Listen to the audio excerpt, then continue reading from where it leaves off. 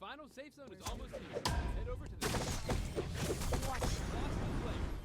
There's just something so fascinating about playing characters the way they aren't meant to be played. Nadine is the tried and true definition of a marksman in Eternal Return, and Nadine players are often praised for their kiting and spacing abilities. As you saw in the opening clip, I've been doing some insane damage building full amp. Nadine has an endless scaling passive that helps increase her damage on abilities based on how many stacks it has. She gets these stacks from getting hunts. But what happens when you apply this passive to an amp build and max traps? Well, the scaling on Nadine traps is rather good to say the least. There's something like a base 250 damage on the trap hit, and it scales by 75% with amp. The wire part is like 260, and it has like something of a 60% scaling. I don't know if these are the exact numbers, but it's pretty high. Basically, if you get a 2-hit plus wire on somebody, you're coming pretty close to one-shot.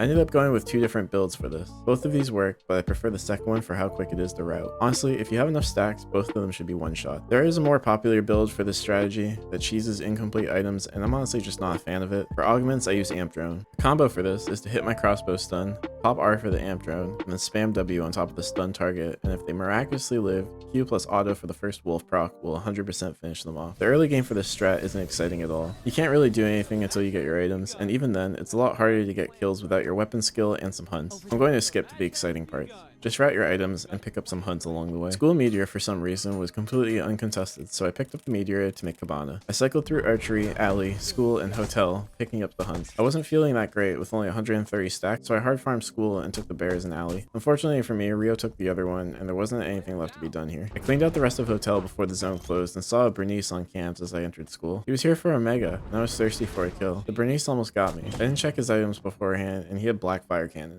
I went for the style points of peeing behind him to crossbow him into the wall, and I almost paid my life for it. Luckily, I pretty much one-shotted him and was able to keep my range for the last hit. Picked up the mithril helm and radar and struggled to hide it inside a bat, and then cleared out the rest of Archery. Nimble Neuron, please add a hotkey to auto-deposit items whenever you have it opened in the tab. There was 8 people left on day 4. I grabbed another uncontested meteorite in case I ever found a tree of life or a fourscore, and I had just over 220 stacks. There was a lot of red zone between Wick and where most of the lobby was, so I wasn't too concerned about taking it. I heard an Echion running from red zone below me, and I stepped into the bush to get a crossbow stun as he ran by. For some reason, I didn't realize I missed one of my W's, probably because it was a stun target, and I just thought I did 0 damage to him. I knew he would be too low to take Wick, but I wasn't comfortable with how much damage I had done using my full combo, or rather, how much damage I thought I had done. Despite having over 50 hunts, I wanted to prioritize getting more instead of Wick. I got the Bears in Alley, and lucky for me, one of them had a blood sample on it. I figured Queen of Hearts was my best option since CDR would become a very good stat towards the final zone. And Alex chased into me, and I guess he felt pretty confident because I missed my first arrow. I just stepped into the bush, waited for him, crossbowed him into the wall, and got an easy one-shot. It was almost sad how easy that was. Poor guy. Alex ended up having some good food on him, so I was feeling good again. I opened a legendary chest and found a Kandala. My luck was pretty good this game. Rio picked up Wick, and I picked up my bandage and walked into the temple for Monk's Robe. I knew I would be pretty strong with Queen of Hearts, and I was really only scared of Leon. I heard an Echion trying to kill a bear, so I reclaimed my hunt and scared him off with some Q damage. He really wanted the smoke though, because he came back instead of just running away through Alley. Not gonna lie,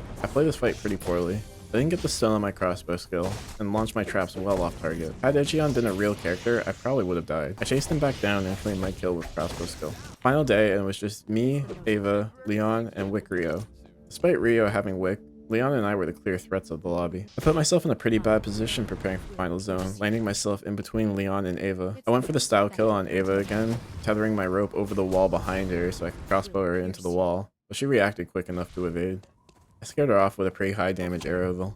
Between my items and almost 300 stacks, I was hitting hard, like half a health bar with one ability hard. Leon was becoming a problem. I couldn't one-shot him with his shield and high mastery, but lucky for me, he wasn't Mark of the Phoenix. Had he been, I think I would have just been run down and died to smolder hit. I crossbowed him out of his ultimate and he fled. I figured he would head over to the other safe zone to heal and preserve timer, so I knew I had a 1v1 with Ava coming. She had timer advantage, so I had to push her out of the zone with arrows. I hit one big arrow and healed full because of my good food. As safe zone expired, I hit another big arrow on her over the wall and was able to chase her down for the kill. I picked up the glacial shoes off her body because I didn't think I'd be autoing much against this Leon. A 1v1 with Leon was all that was left. He had position advantage, and I knew I had to bait out his dive because it'd be too easy to hit during my spells. Crossbow skill and W both make me stand still, and Q slows me down. I waited for him to jump at me, which admittedly he missed pretty wildly, and E'd back into the zone. I should have ran between console and the wall to get an easier crossbow stun, but for some reason my brain thought I could get the stun off the console.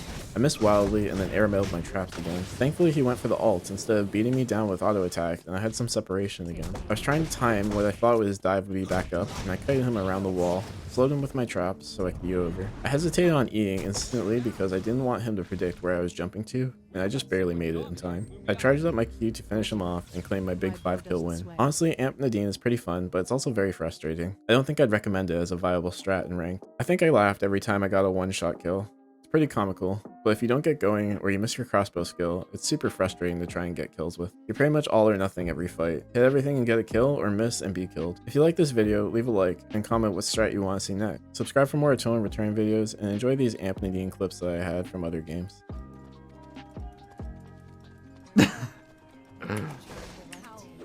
Whoa.